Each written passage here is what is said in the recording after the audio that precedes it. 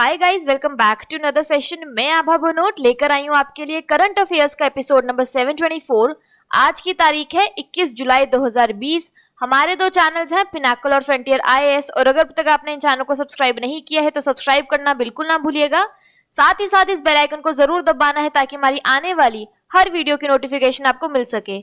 हमारी दोनों websites sscjlpinacle.com और baljidhaga.com को विजिट करना बिल्कुल ना भूलिएगा।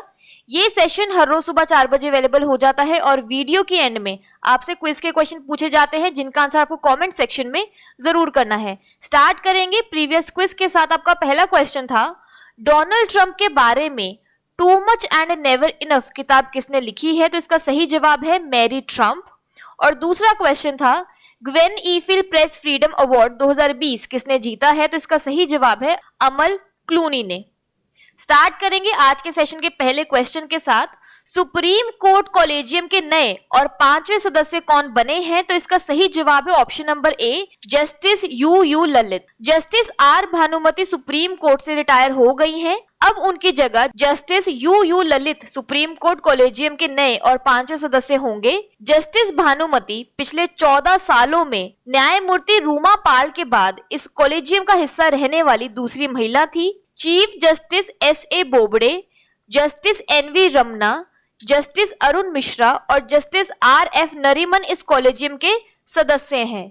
उच्चतम न्यायालय के 5 वरिष्ठतम न्यायाधीश कॉलेजियम के सदस्य होते हैं। कॉलेजियम सुप्रीम कोर्ट में जजों की नियुक्ति के लिए नामों का चयन करते हैं। जस्टिस ललित को 13 अगस्त 2014 को सीधे भार से उच्चतम न्यायालय का न्यायाधीश बनाया गया था। यहाँ आप उन्हें फोटोग्राफ में देख सकते हैं। और क्विक रिवीजन की बात करें तो 19 मार्च 2020 को भारत के पूर्व मुख्य न्यायाधीश रंजन गोगोई ने राज्यसभा के संसद सदस्य के रूप में शपथ ली। अगला प्रश्न है, संयुक्त अरब अमीरात ने किस देश के अंतरिक्ष केंद्र से मंगल पर अपना पहला मिशन शुरू किया है? तो इसका सही जवाब है ऑप्शन नंबर बी, जापान। पहला अरब अंतरिक्ष मिशन होप जापान से एक रॉकेट पर 20 जुलाई को लॉन्च किया गया। यह मिशन शुरू में 14 जुलाई को लॉन्च किया जाना था, लेकिन खराब मौसम के कारण 2 बार देरी हुई। दक्षिणी जापान में तनेगाशिमा अंतरिक्ष केंद्र से ये लॉन्च हुआ। एमिरेट परियोजना मंगल ग्रह के लिए उन 3 उड़ानों में एक है जिसमें चीन से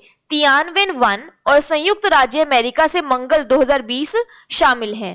फरवरी 2021 तक यूएई के एकीकरण की 50वीं वर्षगांठ के अवसर पर होप के मंगल ग्रह की कक्षा में पहुंचने की उम्मीद है। मिशन का उद्देश्य लाल ग्रह के वातावरण में मौसम की गतिशीलता के एक व्यापक छवि प्रदान करना है। ये अगले 100 वर्षों के भीतर मंगल पर मानव के रहने के लिए जांच एक बहुत बड़ा लक्ष्य है। यहाँ आप फोटोग्राफ में देख सकते हैं। और क्विक रिवीजन की बात करें तो भारत ने हाल ही में किस देश के साथ हिंद महासागर क्षेत्र में एक नौसेना अभ्यास किया है? तो इसका सही जवाब है जापान। बात करें जापान की तो इसकी कैपिटल है टोक्यो, करेंसी है येन और प्राइम मिनिस्टर है शिंजो अबे। अगला प्रश्न है, बांग्लादेश नौसेना के अगले प्रमुख के रूप में किसे नियुक्त किया गया है? तो इसका सही जवाब है option number C, Mohammad Shaheen Iqbal को। रियर एडमिरल मोहम्मद शाहीन इकबाल को बांग्लादेश नौसेना का अगला प्रमुख नियुक्त किया गया है। रियर एडमिरल इकबाल ने पनडुब्बी रोधी युद्ध कला में भारत में प्रशिक्षण प्राप्त किया है। वह अभी सहायक नौसेना प्रमुख के तौर पर कार्यरत हैं। रियर एडमिरल इकबाल इस महीने सेवानिवृत्त हो रहे वाइस एडमिरल औरंगजेब चौधरी का स्थान लेंगे। एडमिरल इकबाल 25 जुलाई को वाइस एडमिरल की रैंक पर पदभार ग्रहण करेंगे। वह 24 जुलाई 2023 तक नौसेना प्रमुख के तौर पर सेवा देंगे। रियर एडमिरल इकबाल 1980 में बांग्लादेश नौसेना में शामिल हुए थे और उन्होंने देश और विदेश में कई प्रशिक्षण प्राप्त किए हैं। उन्होंने अमेरिकी नौसेना स्टाफ कॉलेज से भी स्नातक की डिग्री हासिल की है। यहाँ आप उन्हें फोटोग्राफ में देख सकते हैं। और क्विक रिवीजन की बात करें तो भारत ने किस देश के साथ एलपीजी व्यवसाय के लिए 50-50 जॉइंट वेंचर कंपनी के गठन के लिए एक समझौते पर हस्ताक्षर किए हैं? तो इसका सही जवाब है बांग्लादेश।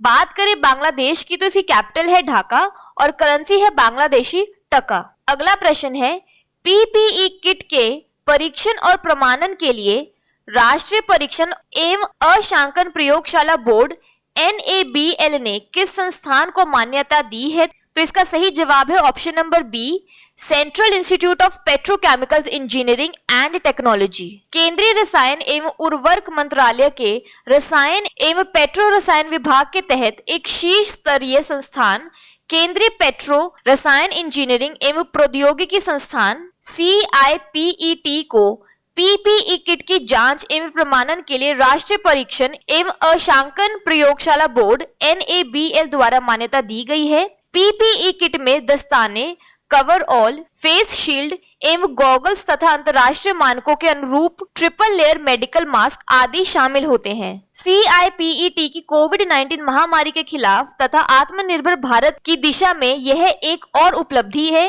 इसकी टेस्टिंग सुविधा के एक ऑनलाइन लेखा परीक्षा के बाद NABL ने CIPET सेंटर भुवनेश्वर को प्रत्यायन की मंजूरी दे दी। CIPET विश्व स्वास्थ्य संगठन ISO के दिशा निर्देशों के अनुरूप स्वास्थ्य देखभाल के क्षेत्रों में अनुसंधान एवं विकास की पहल करता रहा है। यहाँ पर एक क्विक रिवीजन की बात करें तो केंद्रीय प्लास्टिक इंजीनियरिंग और प्रौद्योगिकी संस्थान central institute of plastics engineering and technology CIPET का नाम परिवर्तित कर केंद्रीय पेट्रो रसायन इंजीनियरिंग और प्रौद्योगिकी संस्थान central institute of petrochemicals engineering and technology CIPET कर दिया गया है। केंद्रीय प्लास्टिक इंजीनियरिंग और प्रौद्योगिकी संस्थान CIPET की स्थापना वर्ष 1968 में भारत सरकार द्वारा संयुक्त राष्ट्र विकास कार्यक्रम UNDP की मदद से चेन्नई में की गई।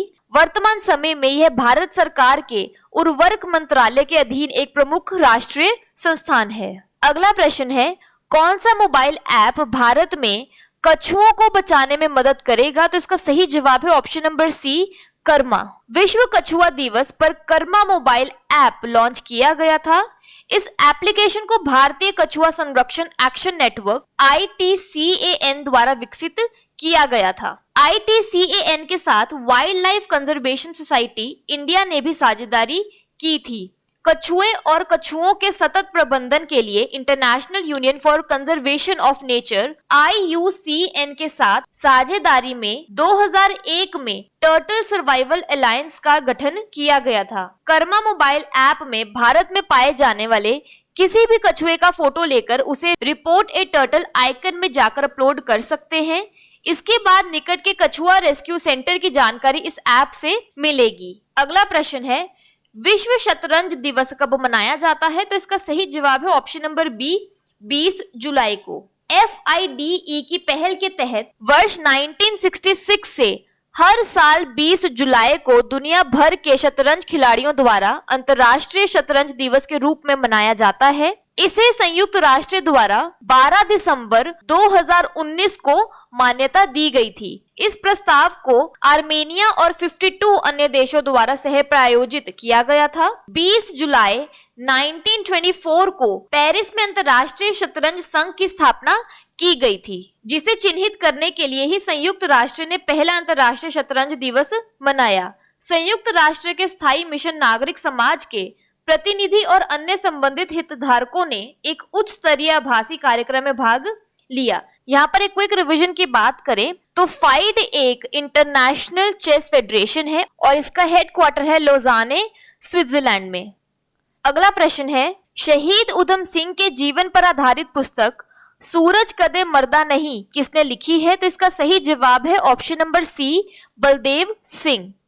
साहित्य अकादमी पुरस्कार विजेता बलदेव सिंह ने उधम सिंह के जीवन पर एक पुस्तक सूरज कदे मरदा नहीं, सूरज कभी मरता नहीं लिखी है। उधम सिंह की 80वीं पुण्यतिथि 31 जुलाई को होगी। शहीद उधम सिंह को जलियांवाला बाग नरसंहार के प्रतिशोध के रूप में माइकल ओ डायर की हत्या के लिए जाना जाता है। वह 31 जुलाई 1940 को शहीद हो गए थे और तब से इस दिन को शहीद उधम सिंह के शहादत दिवस के रूप में मनाया जाता है। बलदेव सिंह पंजाबी भाषा में एक भारतीय उपन्यासकार और कहानीकार हैं। उन्हें बलदेव सिंह सड़क नामा के नाम से भी जाना जाता है। उन्हें उनके उपन्यास ढावा दिल्ली दे किंगरे के लिए साहित्य अकादमी पुरस्कार 2011 मिला था। अगला प्रश्न है, फॉर्मूला 1 हंगेरियन ग्रां प्री किसने जीती है? तो इसका सही जवाब है option number C, Lewis Hamilton ने। मर्सिडीज के लुइस हैमिल्टन ने 8वीं बार हंगेरियन ग्रां प्री रेस जीतकर किसी एक ट्रैक पर सबसे ज्यादा रेस जीतने के माइकल शूमाकर के रिकॉर्ड की बराबरी की है। दूसरे स्थान पर रेड बुल के मैक्स वेस्टापेन और तीसरे नंबर पर मर्सिडीज के ही वोल्टारी बोटास रहे। शूमाकर ने फ्रेंच ग्रां प्री रिकॉर्ड 8 बार जीती थी। शूमाकर ने वहां 1994 में पहली जीत दर्ज की थी। हैमिल्टन ने इस ट्रैक पर 2007 में पहली जीत दर्ज की थी। हैमिल्टन के करियर की 86वीं ग्रां प्री जीत है। अब वे जर्मन ड्राइवर शूमाकर के 91 जीत के रिकॉर्ड की बराबरी करने से सिर्फ 5 जीत दूर हैं। अगला प्रश्न है, किस भारतीय ग्रैंड मास्टर ने 53वें बेल शतरंज महोत्सव में चेस 960 टूर्नामेंट का खिताब हासिल किया है? तो इसका सही जवाब है option number B, P Harikrishna.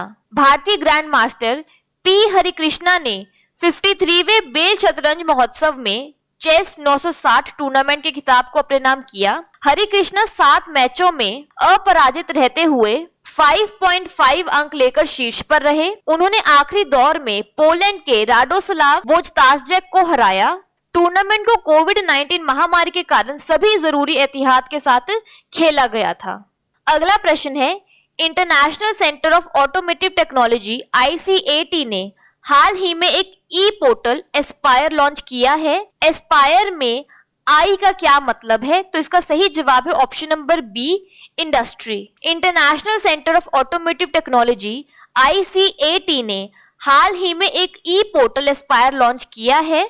Aspire की फुल फॉर्म है automotive solutions portal for industry, research and education.